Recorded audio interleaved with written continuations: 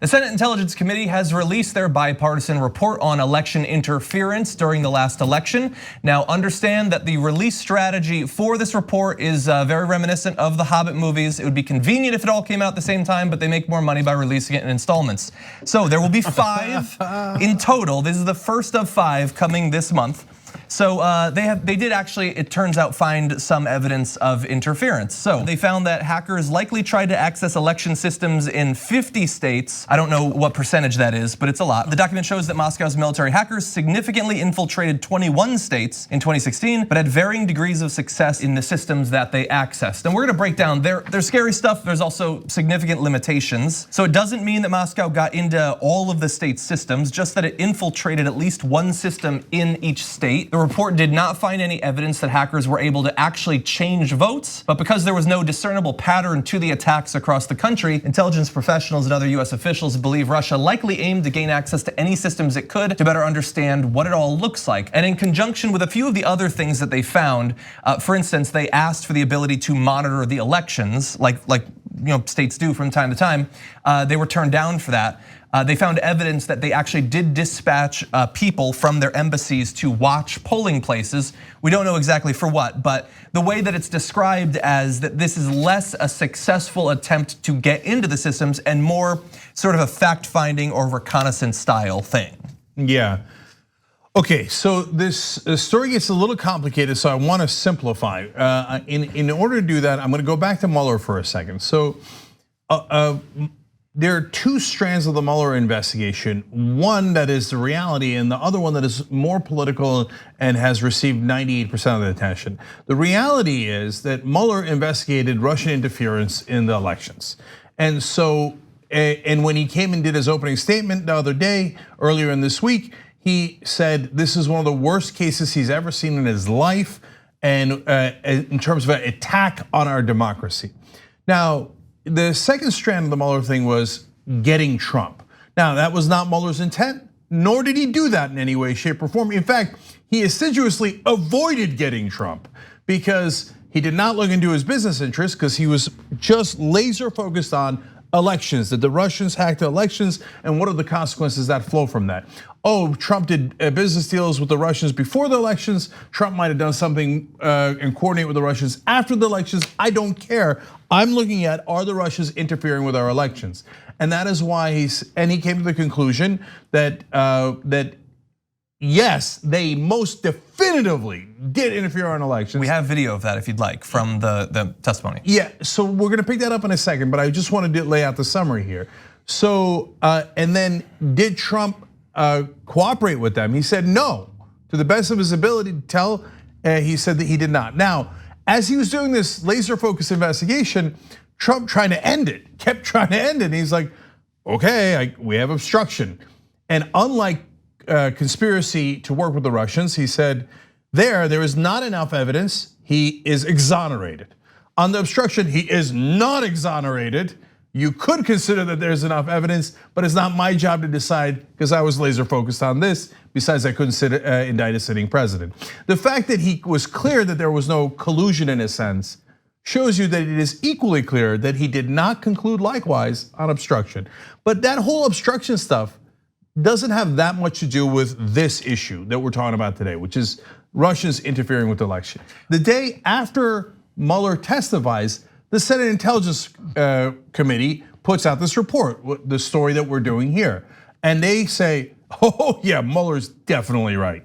They were definitely interfering in our elections, and they got into the databases of the 50 states, the voter databases. Now I wanna make a second important distinction, and then we'll get into more details.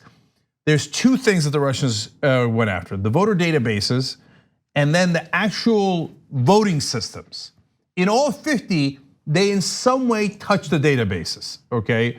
So now the database is not, as John pointed out, it's not they're sure that they never affected the vote. They didn't say that. What they said was, we don't have sufficient evidence that they affected the vote.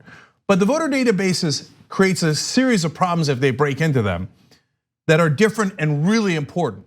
But if they get into the electoral counting or in any way related to the actual vote itself, that is a much deeper problem, and they infiltrated 21 of those systems. It doesn't mean they infiltrated them to the depth that they were able to affect the outcome on that day, but some degree of infiltration, and in 2 states, significantly so.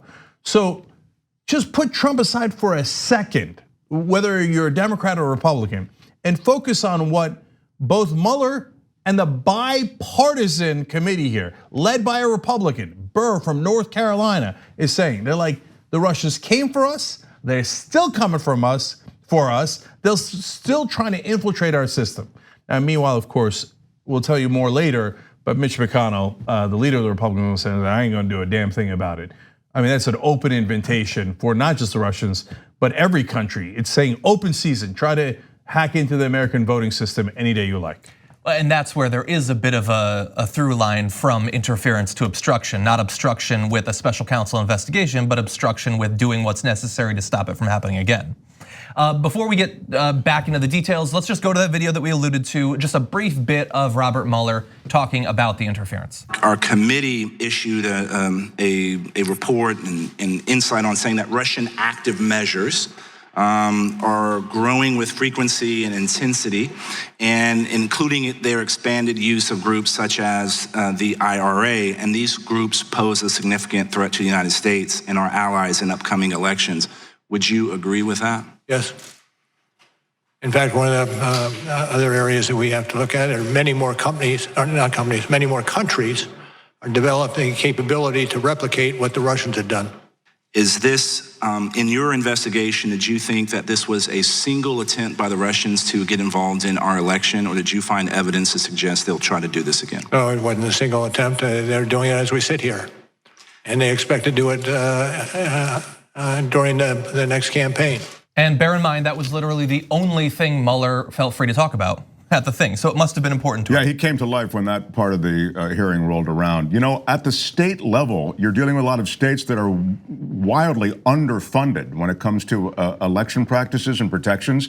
So it's not as though you need a super sophisticated kind of a software system oftentimes to get into some of these election systems in these various states. So when you deal with underfunded election setups state to state, and you're dealing with this inundation from the outside of those trying to hack these systems, it's a prescription for there being all kinds of issues in the next election. Yeah. So there's just a couple more quick details. Let's just run through from the report to give you an idea of the depth they went into. So Russian cyber actors had successfully penetrated Illinois' voter registration database, viewed multiple database tables, and accessed up to 200,000 voter registration records. Hackers were able to take out an unknown quantity of voter registration data, including names, addresses, partial social security numbers, dates of birth, and driver's license numbers. And quote, we're in a position to delete or change voter data, although the Senate panel saw no evidence of that, although I have seen no confirmation that if it had been changed, they would know that. The same with votes too. One of the cool things about not having a paper ballot is that if the number gets changed on a computer, how would we know that? Yeah. I have no idea. And that was sarcasm in case you didn't pick it up. Yes. It is not remotely cool. So I want to just talk about this for a second, this detail, because if they get into the voter databases as they clearly did in Illinois, what are the different things they could do? First of all, they could help their social media infiltration programs, so they could take their voter data and match it to the people on Facebook and then target them with specific ads with the information that they know about them. So that could make their propaganda campaigns more effective. So that is the lowest level of concern, but still of significant concern. Another thing they could do is they could do what is similar, honestly, to a Republican trick. They can say, all right, which names sound like they might vote Democratic? So Republicans oftentimes do voter purges based on the same names, but knowing that minorities have more similar names than white people do. That's just a fluke that happens to be the case, but they use that fluke to then eliminate people from the voter rolls. Asians have the most common names, meaning people that have the same exact name in common in the same district, and they just eliminate them, and neither one of them can vote. Blacks and Latinos are 2 and 3. So the Russians could get in and go, why don't we take out all the similar names, all the African-American sounding names, et cetera, so that Republicans will have an advantage so that our friend Donald Trump can win. Now, whether Donald Trump is cooperating and colluding with the Russians as they do, that is a different story. But the Russians clearly want Trump to win. Anyone that's sane knows that, and that is what the report has concluded and Mueller has concluded.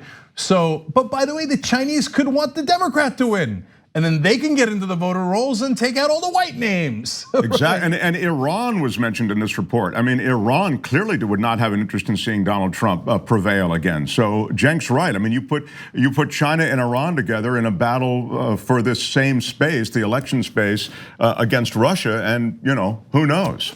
And it's not just names. If they know their addresses, people that live in wealthier areas are more likely to vote Republican than people that live in poorer areas are more likely to vote Democratic. But it actually depends on the state. It depends on a lot of different things. But people have that information available to them. So based on addresses, they could just delete it. And so so that doesn't mean the person's deleted, but when they go to vote, they say, I'm sorry, but you have no registration. And boom, you just block their vote. And that's how you hack into an election without having to hack into the votes. The TYT Plus app is now available on iOS and Android. Download to get more TYT content at tyt.com/app.